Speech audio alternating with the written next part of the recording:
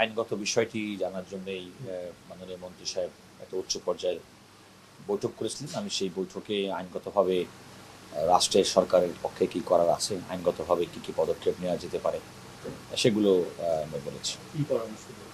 না, আমি তো পরামর্শ যেটা দিচ্ছি সেটা তো ওনাদেরকে দিয়েছি, বাট তবে এতটুকু আমি মনে করি যে এই ধরনের অপরাধ এটা তো আমরা আইনগতভাবে তিনটা দিক আছে। একটা হচ্ছে এর একটা ফৌজদারি অপরাধ অবশ্যই, কারণ এতগুলো 6টা নবজাতকের মৃত্যু ঘটে গেল, অথরিটির ব্যাপক নেগলিজেন্স আছে। সেক্ষেত্রে ডাক্তার, নার্স, হাসপাতাল কর্তৃপক্ষ তাদের লায়াবিলিটি কতটুকু সেগুলো তদন্ত প্রতিবেদনের মাধ্যমে উঠে আসবে।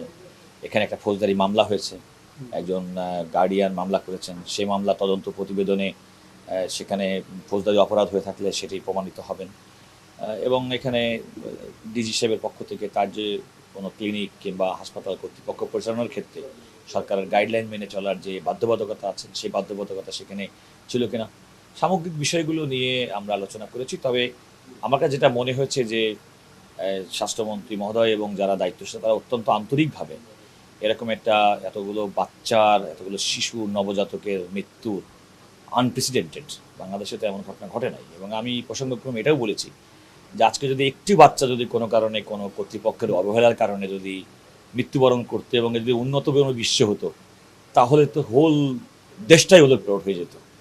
আমাদের নানা কারণে আমাদের দেশের মানুষ অনেক সহনশীল বলে হয়তো ব্যাপারটা কিংবা ঈদের কোনো, কিন্তু এটা তো অত্যন্ত দুঃখজনক, মর্মান্তিক। এবং এর প্রকৃতপক্ষে যদি করা কোনো দায় থাকে সেই দায় নিরূপণ করা এবং দায়ী ব্যক্তিদের বিরুদ্ধে আইনগতভাবে ব্যবস্থা গ্রহণ করার যে প্রক্রিয়া, আইনি প্রক্রিয়া আমাদের দেশে আছে সেগুলো যথাযথভাবে অনুসরণ করার জন্য না, আমি এখনই মন্তব্য করতে চাই না, যেহেতু এখানে দুটি তদন্ত কমিটি, একটা মন্ত্রণালয় থেকে কমিটি করা হয়েছে।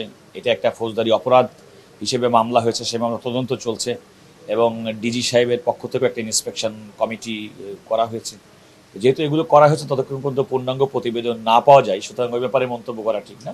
একটা তো প্রতিবেদন তো 3 তারিখ পর্যন্ত সময় আছে। আমি প্রত্যাশা করি যে তারা সেই কমিটি প্রধানের সঙ্গে আমার কথা হচ্ছে, তিনি বলেছেন 3 তারিখের মধ্যেই রিপোর্ট দেবে। এখানে আজকে উল্লেখযোগ্য যেটা হচ্ছে যে কমিটিতে একটা কোঅপ করার সুযোগ ছিল।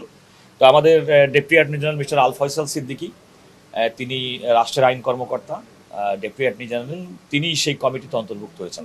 সুতরাং এই কমিটির মন্ত্রণালয় কর্তৃক গঠিত যে তদন্ত কমিটি, সেই তদন্ত কমিটিতে তিনি একজন সদস্য হিসেবে থাকবেন এবং আইনি যে সমস্ত কোনো কারণে যেন আইনি ফাঁকফোকরের মাধ্যমে প্রকৃতপক্ষে যদি কেউ দোষী হিসেবে চিহ্নিত হন কিংবা ব্যক্তি বা প্রতিষ্ঠান তারা যেন কোনো পান না পান সে বিষয়টিতে আইনগত পরামর্শ দেওয়ার জন্য থাকবেন। তাতে কোনো অসুবিধা নেই, কারণ উনি তো একটা আইনগত দিক দেখবেন। উনি তো যারা মন্ত্রণালয়ের কমিটি তারা কাজ করছেন এবং এই কমিটি তো কোঅপ করার সুযোগ আছে। তো একটা এই সমস্ত যে কোনো বিষয় যাই কিছু করেন না কেন তার তো একটা ফিউচারিস্টিক লিগ্যাল কনসিকুয়েন্স আছে। তো লিগ্যাল কনসিকুয়েন্স থাকলে রাষ্ট্রের পক্ষ থেকে রাষ্ট্রের দায়িত্ব তো যে প্রকৃতপক্ষে এমন একটি কাজ করা যেটা আইন অনুগ হয়।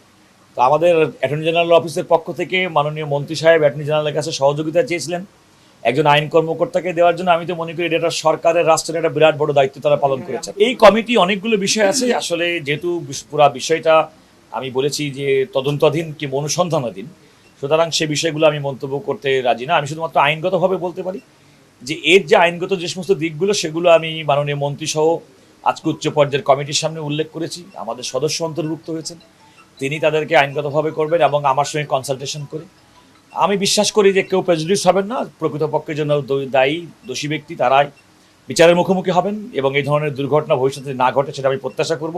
সেক্ষেত্রে সেফটি রেগুলেশন, আইনের যে বাধ্যবাধকতা সেগুলো সবাই মেনে চলবেন। না মেনে যদি তুলে থাকেন, কোনো শৈথিল্য থেকে থাকেন, ভবিষ্যতে থাকবে না। এগুলো নাগরিক হিসেবে আমার প্রত্যাশার জায়গা।